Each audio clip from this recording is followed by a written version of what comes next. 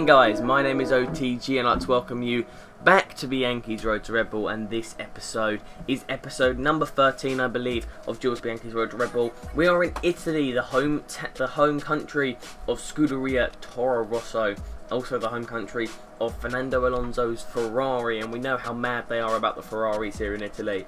Not so mad about the Toro Rossos, but I dare say one day they'll be mad about Toro Rossos in countries such as Germany and maybe Italy. They might be big fans. If he gets a job at Ferrari, he's going to be a big deal, but at the moment he's in a Toro Rosso. He qualified down in 17th. Another very close qualifying, but I believe that it must have been about 3 tenths between 17th to about 8th, so it was very close, but that isn't the closest qualifying. I can tell you in an episode coming up that from 17th all the way to 12th we got within about, I think it was 1/100ths of a second, like 3/100ths of a second between each other. But onto the race, we had an okay start, and you might have seen there, our rival is Kamui Kobayashi, and if we beat Kamui Kobayashi, we get the #1 spot at Sauber. There we just saw Fernando Alonso and Romain Grosjean having to bow down to the master of Bianchi as he goes around the outside and then up the inside. So fantastic move by Jules now, but I don't believe he's going to catch up with Hamilton. But look at that, he's actually keeping up with the pack. He's got Alonso and Grosjean there, so he's obviously doing well for himself. I'm really quite impressed. This Toro Rosso's got great straight line speed, and obviously for any team, good straight line speed is absolutely crucial, and we can just enjoy driving this car now. It's not like this Marussia where he was struggling, but his third race into the career with Toro Rosso, he's enjoying himself. But the thing is guys, if we take the Sauber challenge, we'll get a job. We might get 3 job offers now. It'll probably be Toro Rosso Renault, which I kind of want him to, because it will link straight to the Red Bull. If we go to Sauber, it's a mid-card, it's actually quite a high-card, fast car that can challenge the Red Bull and give him a rival for Sebastian Vettel next season. So in his 3rd season in Formula 1, he might get a job offer with Red Bull.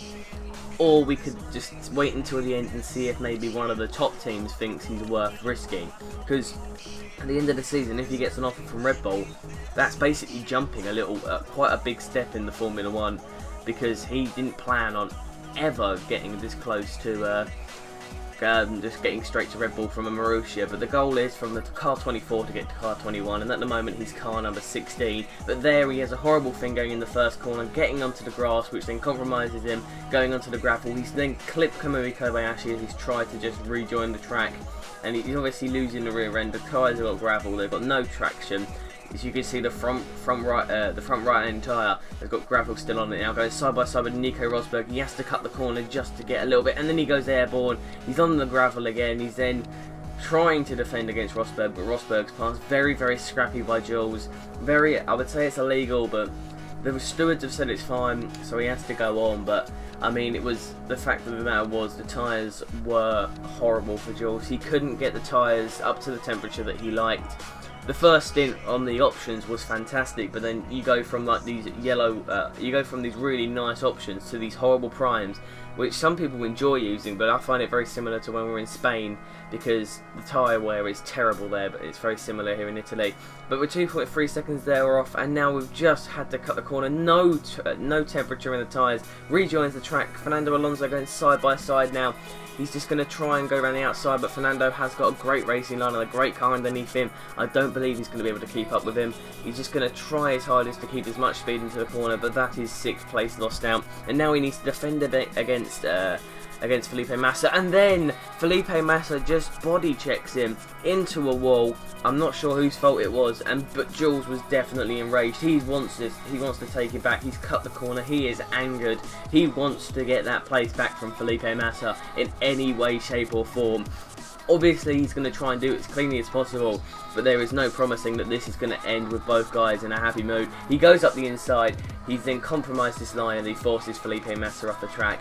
And I think Jules was talking to his technical director, saying, good riddance, that's karma for you. You get body checked, I'll body check you back. But now he's got to deal with Schumacher, who's behind him, but he deals with him until lap 13 and comes in a fantastic 7th position.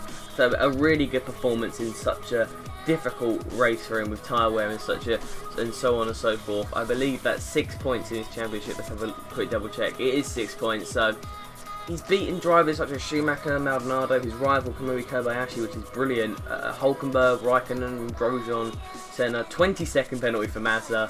Now I feel a little bit bad. Then Jules felt a little bit bad. I can't believe that happened, but it's kind of karma, and they are battling very closely. So I would say there's like a little top from, I'd say from 7th upwards, they're all kind of battling.